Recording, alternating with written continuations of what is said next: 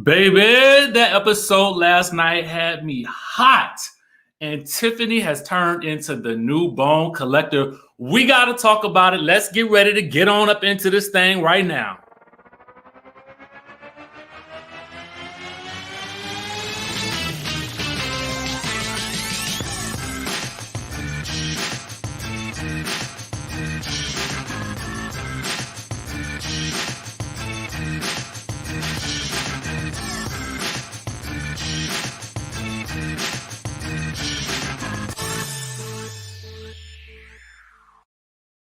What's going on, Skye Squad? We are back in the building. Happy Sunday. We got to talk about this episode of Love and Marriage Huntsville. We're talking season 3, episode 10, The Transparent Trap, aka Meet Tiffany, the Bone Collector. Okay, no more Sheree as the Bone Collector. We got a new Bone Collector in town. Her name is Tiffany Whitlow. Okay, we're gonna get into all that we got to talk about with the episode. But first things first. Shout out to all of you for joining the chatterization today. I am actually on the other side of my studio. So one side of the studio is blue. The other side of the studio is black. So I just wanted to switch it up today just to give a little different feel and get into some things. I hope y'all like it. Anyway, let me know in the chatterization where you guys are watching from, because you know, we got to talk about it. Welcome home from church, but welcome home from church.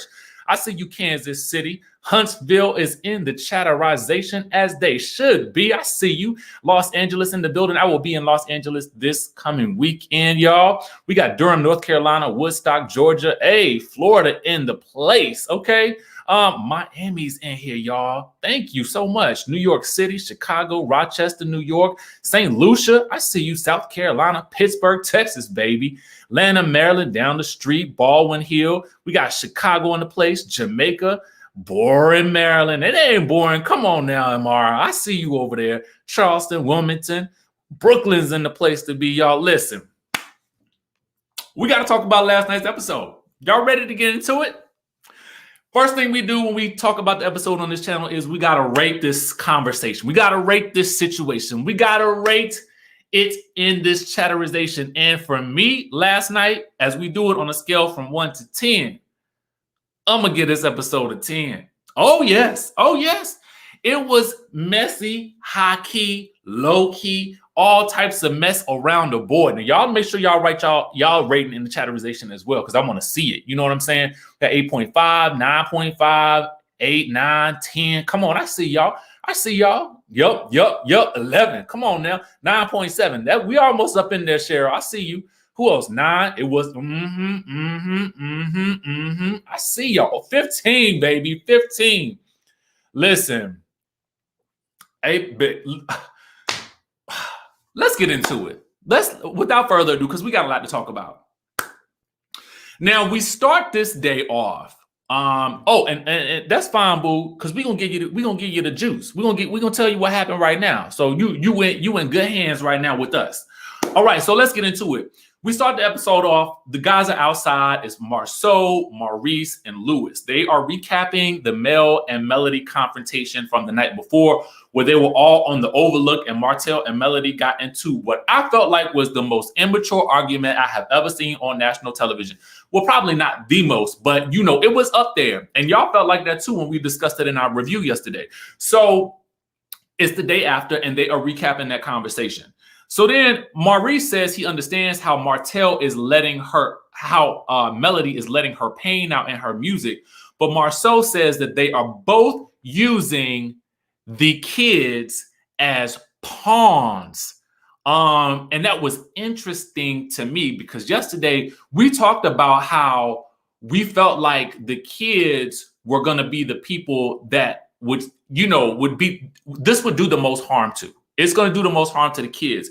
And we hope for the best for the kids, obviously. But when they are bickering and arguing like this, really the kids suffer as a result, right? And Marceau echoes the same sentiments. They get on Tisha, surprising Marceau with the therapist slightly. And then Martel reasons that maybe it's a good thing that Letitia had some therapy intervention, because it would prevent her from acting out, which of course, he thinks that Mel just typically acts out. Anyway, he thinks that in some respects, Oh, Marcel then says he thinks that in some respects, Letitia has become a more insecure woman recently. Now, that wasn't his exact words, but that was what he meant. And what he was saying was this. He was saying basically that the person he met back in the day is not the person she is today. She's more insecure. And so they try to coach him that because he didn't let her do things, maybe and he said because he didn't want her to do them, that she has suddenly become, a lot more weaker because he continues to flex his muscle with everything that they do, right? And we've seen this in action throughout the past couple of seasons. She does come across as insecure. He does come across as very controlling. And it does seem like she has to basically get his permission or buy-in to do things. So if she wanted to skirt around that, she's going to have to surprise him with some type of therapy.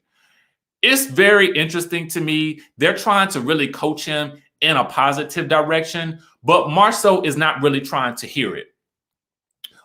Drea, we got Drea with the super chat, says DJ Richie Skye, you're my fave. Thank you so much. You're handsome, well-spoken, and entertaining. Keep it up. DJ Richie Skye, you're so entertaining. I support the channel.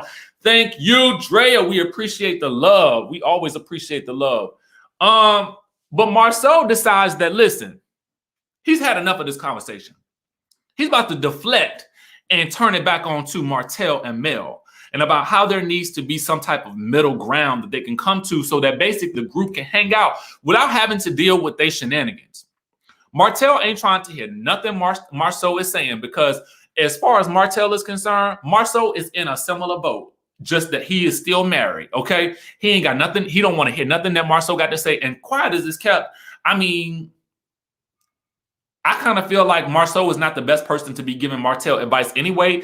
If Martel needs to be listening to anybody, it's Maurice, because Maurice has been through a divorce and he's come out on the other side of it, okay? The ladies then head out to the pool, and Letitia, let me tell you something. Miss Letitia did not come to play in her yellow bathing suit and crocheted wrap or whatever it was, or lace or whatever it was. She looked good. She looked it real good. I was like, okay, Letitia, I see you. But anyway, they wondering where Melody is. So the guys all come out, and Martel is like, oh, I'll go check on her. Why, sir? Why would you go check on Melody after y'all just had a huge blow up last night? You probably the reason why she don't want to come outside no way. So why do you think it would be a good idea for you, sir, to then go and check on her? No, it should be Destiny or one of the ladies. It should definitely not be. I mean, it could be anybody. You could send Miss Wanda up in there versus Martel, because at the end of the day, we know it's not going to end well. And sure as the day is long, it does not end well at all. Okay. Apparently, then we find out from Mel that Martel, after their argument, Martel had then tried to come sneak up into her room at 1:30 in the morning. This man said he came to apologize. And Melody's like, listen, I know your little game. I know your little reindeer games player. I know who you are. I see you. I see you for everything that you are and everything that you do. And she proceeds to take this opportunity to call him out on everything that she feels like he is doing to her. And at this point, I was like, okay, I'm kind of here for where she might be going with this. But here's the thing. She still has not mastered the ability to remain calm in the face of Martel, because we know that he's just going to push her buttons. Anyway, they recap the conversation from the night before, and she says that she recognizes that he triggers her with the kids and that he's painting her in a negative light as a mother. That's one of her triggers, which causes her to go off. The next thing is this. She basically tells him, there's something wrong with you, but I told you this in the past. And he begins to walk out. And she says she's going to keep talking, so he comes back in. Now, listen, here's the thing. I agree with her. I feel like something is wrong. I don't know what it is. Okay, we can surmise that it could be a couple of different personality type situations going on with him. He seems, from a viewer perspective, somewhat narcissistic. I mean, that's how it comes across on the screen. I'm not saying he is. I'm just saying that's what it appears to be from my vantage point as a viewer of the show. And I'm sure based on the comments that I see, a lot of you guys feel the same way.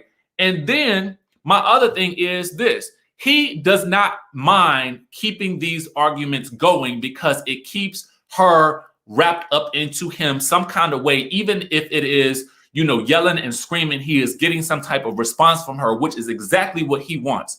So when he says he's about to walk out the room and she says, okay, well, I'm going to keep talking. If you really meant what you said and you was really going to walk out the room, you would have kept on walking. Okay. You would have kept on walking. But what does he do? As soon as she said, but she going to keep talking, you're going to come back into the room for what? For what? If I'm not trying to hear nothing you got to say, I'm going to leave the room and I'm going to keep walking.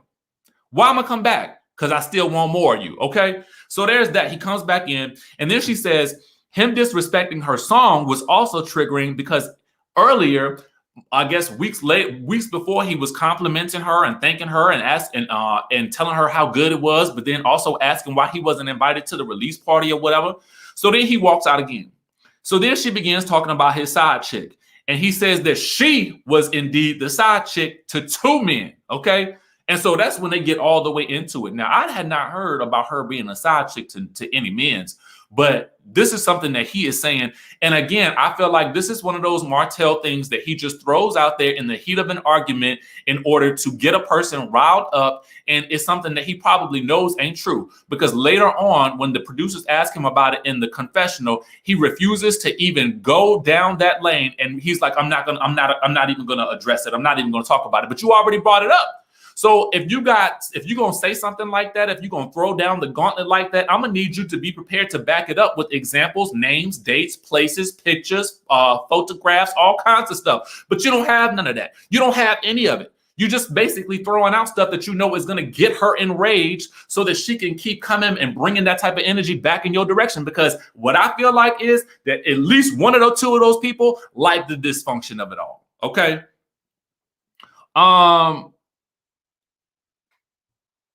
They get all the way into it. Destiny has to come in. The producers have to call for Marcel to come in from outside the pool because the rest of the people are outside by the pool. They're looking like, I am not about to get involved in this. And that honestly is my space right now these days. As a person, if I see two other people getting into a situation and it's a relationship or something like that, I stays back. I am Homer Simpson fading into the background, into the bushes, because I'm not getting involved in that. So I don't blame the rest of them for just sitting there looking like, here they go again. I don't want to be involved in this toxic madness. Okay. And matter of fact, in real life, I wouldn't have invited either one of them, but because it's their show, of course, they got to be there. But you know what I'm saying? I just feel like one of the two of them wouldn't have been able to make it on this trip if it was real life. But that's just what I think. Anyway, they go and slam off, screaming. They screaming back and forth at each other. And that's that. It gets broken up some kind of way with Marceau basically, having to cart Martel off once again. Anyway, it's game time, and Letitia goes in to check on Mel, who's laying down in the bed. It's a little bit later, okay? Mel is basically saying that she may not have come had she known Martel was going to be there, and then she doesn't want to attend the reindeer games that they're about to play. But she says she's going to come and she's going to listen, but she already has her bags packed on the bed just in case something negative pops off. And we already know it's going to be a messy question game orchestrated by the Whitlows. All right. Mel goes first with her question and says, "Are your needs being met?" She's like, "How do you mean that?" So they say, "Well, sexually." And Melody says, "Yes." And Martel is like, "What? Who doing you?" Anyway. So, we got another super chat. Glenda says Mel has moved on with her life and Martel is mad. So he gaslights her every time. Absolutely. Absolutely. Thank you so much. So then Maurice is another question. Maurice basically indicates that, he's had sex with, 6 people in one night or whatever. And the people got questions, okay? Because the question was, how many people have you been intimate with, in one night or whatever? And he said 6. The people got questions. They want to know what's going on, when this was, and Kimmy wants to know whether she was one of the 6. And he kind of really doesn't go into the answering of that question. And I kind of felt like they was all judging him for it. And at the end of the day, I'm for myself, I was like, well, how did you manage to work that out? It's a whole lot of shaking going on. But I wasn't judging him. I was just sitting there like, is that possible? Like, how you do that? How it happened? I did have my own questions, but I wasn't judging him because I don't like to judge people about things like that. But I was listening, and Kimmy was too. Kimmy just wanted to make sure she wasn't one of the 6 in that one night, and he says that she wasn't, allegedly. Then the question is drink if you're happy in your current relationship. So everybody else drinks because Destiny's like, I'm happy with myself or whatever. But Marceau doesn't drink with everyone else. And then he kind of basically announces that he didn't drink on that question. And I was like, are you just doing this for the show, or are you doing this because that's how you really feel? Like, you don't really know if you're happy in your relationship. It was just very odd. And I feel like it's just disrespectful to the way that he treats Letitia. It just seems mad disrespectful, especially if y'all there on y'all 15th year anniversary. Like, why would you even answer that question in that way? Why would you not just go ahead and drink and, make your spouse happy versus making her look like a fool every time? I don't understand. Anyway, the next question is this. Drink if you have ever been unfaithful. Letitia automatically says, next question. And to me, I don't know if y'all noticed that. You couldn't see her say it. You could hear her voice off screen say next question. Now, when she says next question, like as soon as Tiffany asked that question, what it made me feel like, and I don't know this to be true, but what it comes across like is that in my mind, that maybe she has dealt with cheating or infidelity in the relationship, and she does not want to talk about it or ever have it resurface ever again. Again, I don't know this to be true. This is just how I feel that she is acting when she is asked this question and she so quickly says next question. Because otherwise, it's like, just drink. You know what I'm saying? Or not drink or whatever. You know what I'm saying? Martel basically then says everybody needs to drink. And you know him, just like in seasons past, alluding to people cheating, alluding to him not being the only one cheating. Let me tell you something. If you cheating, if you 10 times likely to think that everybody else is doing the same thing you are. Okay? That's what makes you insecure in a relationship, because you cheating, so you think that the other person cheating, and then you think everybody cheat just like you do. Nope. Okay? None of the women are laughing at this, though. Letitia then says that she's never cheated. And Tiffany says, well, okay, princess. And then they have a little tense moment. And Letitia basically says, I just don't believe in cheating.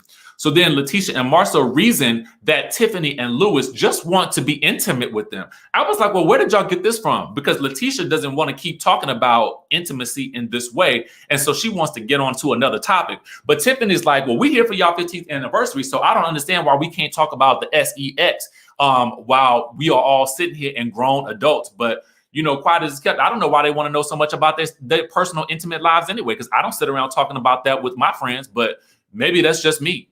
Anyway, Letitia wants to get everybody's advice, and here comes the real mess. And I'm like, Letitia, I'm surprised at you, but I'm happy about it for the ratings, because I feel like this is going to be through the roof and it's going to cause some problems later on. So here's what basically happens. Letitia wants to get everybody's advice about marriage. So Maurice and Kimmy kind of go first, and they give some thoughts about, their experiences with marriage or whatever. They get to Martel, and what Martel says is that he would advise people to take care of their partner by any means necessary. So, basically that was another jab at Mel, because he was always saying that she wasn't satisfying his intimate appetite. And so she reasons that she was trying to satisfy his intimate appetite. But she also says, basically, from her perspective, she wasn't satisfied either. Boom. Okay. That's what she said in her confessional. But the mess that wasn't really the mess. Here come the mess. Well, this ain't the mess yet, but I'm gonna get to the mess. Letitia goes to Destiny and asks if she has any input or any advice. And Destiny says, I ain't got nothing to say about the subject. And my question was, Destiny, why don't you ever have nothing to say about your marriage? I mean, at the end of the day, we know that you are divorced, but you are on a show called Love and Marriage Huntsville, and you can't ever speak on your divorce. You can't ever speak on your marriage. You can't say nothing. You can't give us not one iota of piece of a shred of information about something that you have picked up and learned from this situation. I don't understand that. Why can't you even talk about that? It's not like you're talking about this man. I don't know what kind of thing y'all got in the divorce, but you can't talk about him or whatever like that. But you should still be able to talk about what you learned from that situation, but you can't say nothing. Ever. And these people asking you questions and they want to just give them something. All American Reverse says, my husband and I can't stand Tiffany. Why is she so messy? Okay.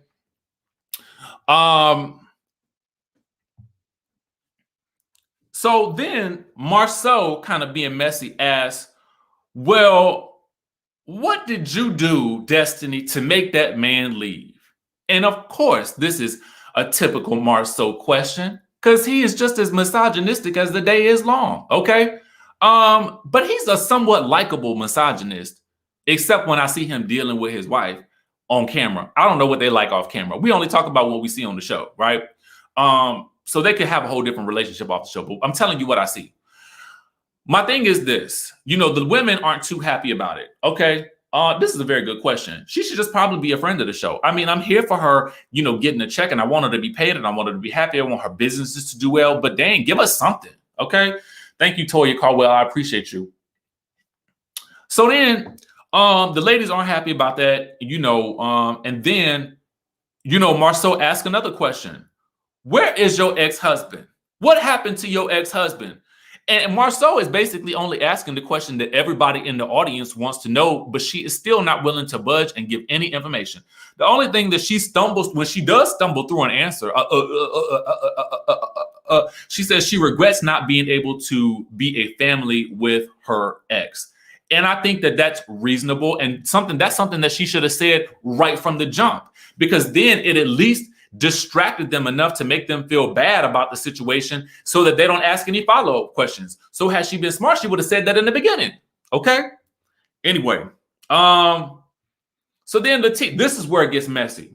So then Letitia says something to the effect that she knew she didn't want to be a single mom, but her and Marceau are getting better. And I was like, huh? What does that mean? She made it sound as though she just didn't want to be a single mom, so she stayed with this man. That's what I picked up from what she said. Now, if she says something different, y'all let me know in the chatterization, because that's what I heard and that's what I wrote down, okay? And then Marceau then says something basically alluding to why would we take our vows for better and worse and expect to be happy all the time? What? Did you get married to be miserable? I don't understand that. Basically, I get what he's saying is that you should not expect to be happy all the time, nor should you look to be happy all the time. Now, I disagree with that last statement. I think you should definitely be looking to be happy all the time. And if you're not happy, why are you in a relationship? I get that. When they say for better or for worse, typically what they mean is, situations and things that come up in a marriage that may test the marriage, not that you shouldn't be happy in your marriage. You understand what I'm saying? That's how I took those vows, but I don't know what he meant. I don't know. Then Letitia gets even messier. She says, Maurice, we talked to Kyle, or Kyle told us or something like that. That basically she feels like Maurice gave up on the marriage. Maurice, do you feel like, mind you, Kimmy is sitting in betwixt of Letitia and Maurice as she's asking these probing questions about Maurice's past marriage and asking him basically, well, why do you feel like you didn't stick it out long enough? Do you feel like you didn't put in enough energy and effort or whatever like that to make that marriage work? And does he think he would have stayed with her? All this kind of stuff like that. Kimmy is like, WTF, girl, what are you doing? This is in her confessionals because she don't say nothing right there in person. And this is where I feel like if I was Kimmy, I would have went the slam off, okay? I would have went the slam off like, girl, you're supposed to be my sister-in-law. You want us to be sisters and you want us to be on the same page, but yet you're going to be asking questions about that? That's not what you do right now. Because she's asking questions, making it seem as though Maurice think that he should have stayed in his past relationship? Does he think he gave it enough? Do you think that you should have stayed in that marriage? No. Why would you do that? Why would you do that? It makes no sense to me. Maurice says he just knew, and she continues to try to press him about why he wouldn't even try. That was a whole mess to me. I was so disappointed in Letitia. I don't know if that was her attempt at stirring up the drama, but I was just kind of like, I was disturbed at that moment. Like, why would you do that? But Kimmy, it seems in her confessional, seemed like she peeped whatever game Letitia was playing, and she didn't appreciate it either. We got a super chat from Daphne Kong who says the Whitlows slipped something in those drinks because Tisha and Marceau were lit and messy. Allegedly, okay? We just joking and talking right now. Thank you for that super chat, Daphne.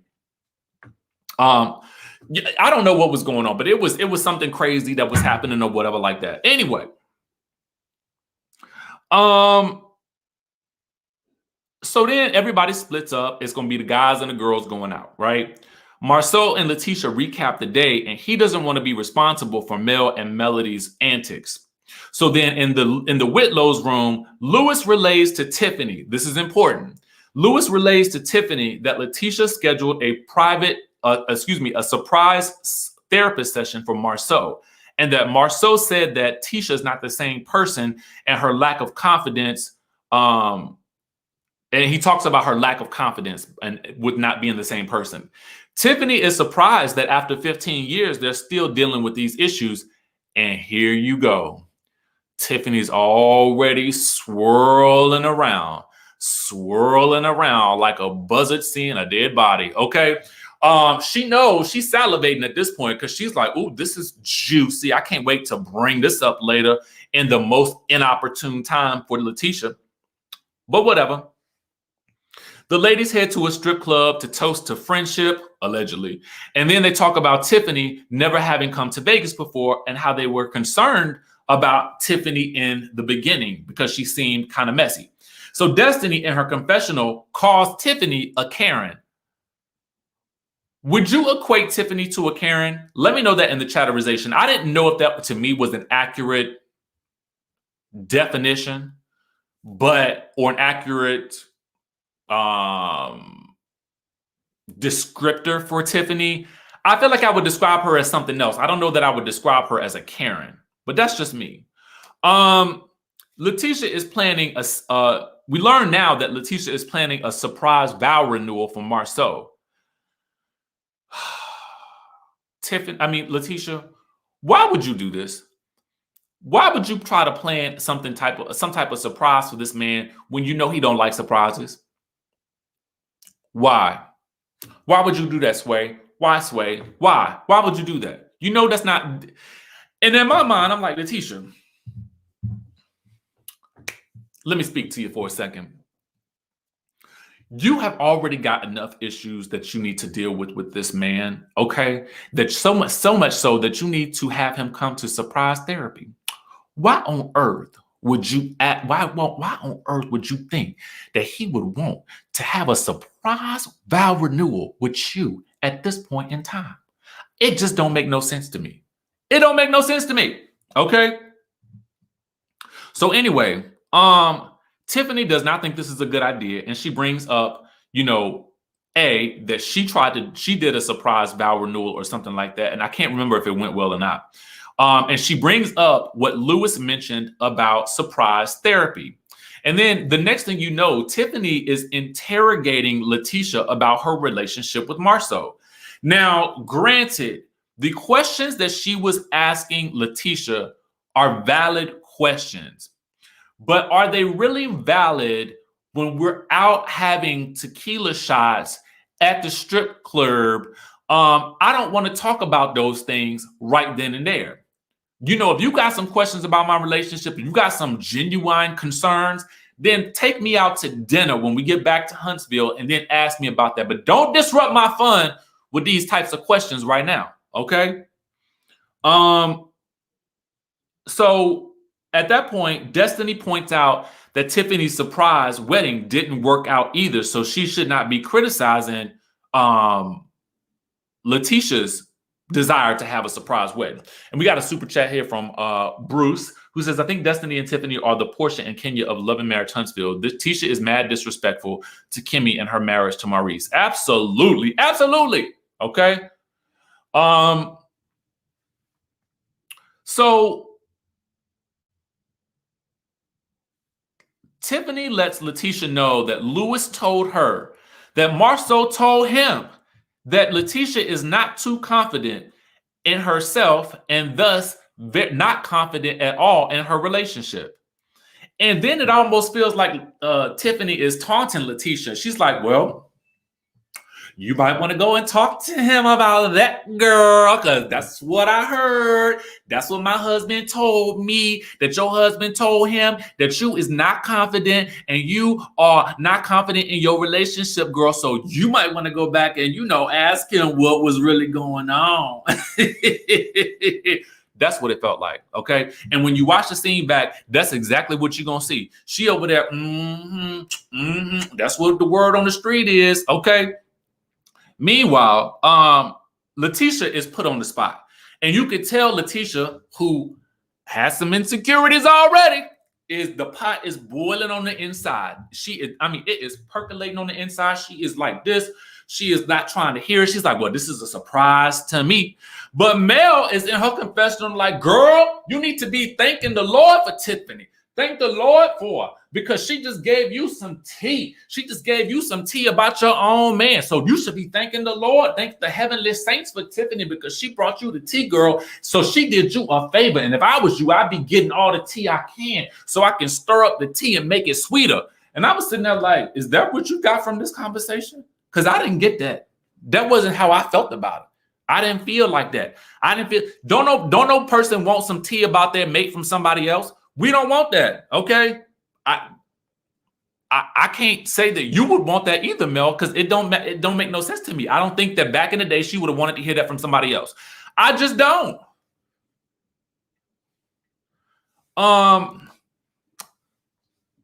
11 says, yes, I'm feeling the more calm, serene background. Y'all know the other background is chaotic, you know what I'm saying? And I like the chaos sometimes, but this makes me feel more grounded, more down to the earth. You know what I'm saying? Anyway, so, but Destiny, she is on to Tiffany and her shenanigans. So Destiny calls it out like she should and says that Tiffany is being really shady. And then she calls her out for just jumping in since she's so new to the group, and that she herself was actually offended for Letitia. Destiny feels like there's a way to say what Tiffany needs to say without doing it in such a messy way. So both Mel and Tiffany feel as though Tiffany is just being very upfront. And Mel then begins to try to orchestrate how Destiny should coach Tiffany to be, okay? And what I mean by that is Mel kept saying, well, why don't you tell her what she needs to do? And Destiny's like, I just told her what she needs to do. She needs to find a better way to say what she's saying, or say it with some type of couth, because right now she is acting uncouth. And then Melody's like, well, you need to tell her that. Destiny's like, I just did. Why are you defending this girl so much? That's basically what Destiny was asking. Why are you back to defending her? I don't understand. What is it? What is it? Okay. What was the reason? I don't know why. For me, and listen, if I was Destiny, for me personally, if I was in her situation, I would have just simply ignored Mel at that moment, because I would have been like, listen, Mel, you're not going to direct this conversation for me today. I'm talking to Tiffany right now, and I will come back to you later. Tiffany, you being messy, you being shady, because to me, Destiny let Tiffany rile her up, right? Because today, typically, Tiffany will be like, who, me? What am I doing? I'm just, no, I didn't mean to do that, tears. And today, but not this night, those tequila shots had her, they had that liquid courage going. Because basically she was not backing down to Destiny, not one nay bit, okay? She was giving it back to Destiny just as much as Destiny was giving it to her. And she was telling her, you know, your experiences from Detroit, this city, that city, this city, that city, this city, that city, this city, that city, this city, that city, this city, that city, this city, that city, whatever city you from, they all basically come into your experience, and that's how you letting all of this out. And Destiny was like, I will drag you from each and every one of those cities. Don't try me, girl. Don't play with me, okay? Don't play with me today. So then Destiny gets up and says, we need to end this conversation. And Tiffany's like, okay, well, we can end it. And Destiny's like, okay, that's right. We need to go. And then she begins to storm on about the restaurant, about the you know, the strip club or whatever they was at. Now, in my mind, I feel like I still didn't get the Destiny that I really wanted to get from that conversation. I feel like at that moment, she should have gave it all the way to Tiffany. Like, she should have given it to her. I mean, she should have pulled a Dr. Heavenly or a quad out of her that day, and she should have went all the way in, okay? Because I felt like Tiffany was definitely trying her. I do. Now, I can't say, listen, Tiffany doing her job, okay? If that's what it is, you know, if she's trying to, you know, make a name for herself on the show, she's definitely doing her job, but she's not going to be well liked for it. I'll tell you that much.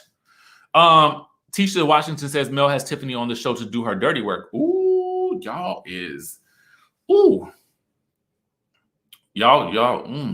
Thank you for that super chat, Tisha. And I also feel like I wish that, you know, I get that Mel, you know, is friends with Tiffany, but I feel like she's also friends with Destiny as well. And it does come across like she just continues to defend Tiffany to the detriment of Destiny. But that's what we have, you know. Now, regardless of whatever we feel about each one of the characters and what they do on the show, and we look at them like characters on the show, and I have to say this at the end of episode, every review, okay? Because I don't want people to go out there and misconstrue what I'm saying. I do not dislike any of these people. But when we talk about what they do on the show, we're going to talk about what they do on the show. We're going to talk about it in an honest and fair way, in a fun way, but never to discredit or to make them out to be bad people. That's not what we're doing. But we're going to call it out when we see what they do, okay? Shalika, thank you so much for the super chat. I appreciate you, boo.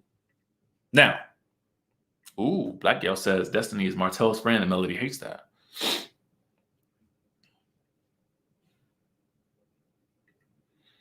A whole mess, y'all. A whole mess. But that was today's review of Love and Marriage Huntsville, Season 3, Episode 10. What was it called again? The Transparent Trap. Next week looks like it's going to be even better. It's going to be even better because we're going to get to see Letitia trying to surprise Marceau with this surprise vow renewal down to the Vegas. So we're going to see how that pans out. I want to thank you guys so much for tuning in to today's chat. I know that you guys could have been anywhere else. You could have been anywhere else, but you chose to be here. So I appreciate that.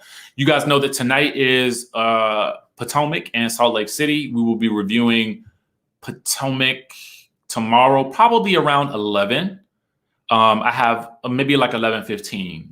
I have Good Day DC tomorrow morning. So for those of you guys who are in DC, I will be on Good Day DC tomorrow morning at 10:30 to potentially recap Real Housewives of Potomac, but we may talk about other hot topics that are going on right now. And then we'll do Potomac, and then we'll have Salt Lake City at 2 p.m. So we got a lot going on tomorrow. Hopefully you guys will be able to tune in. I really appreciate you. I thank you so much for your chats and your comments. Make sure you guys tell somebody that you love them today. And with that being said, y'all, I love y'all, and I will catch y'all in the next video.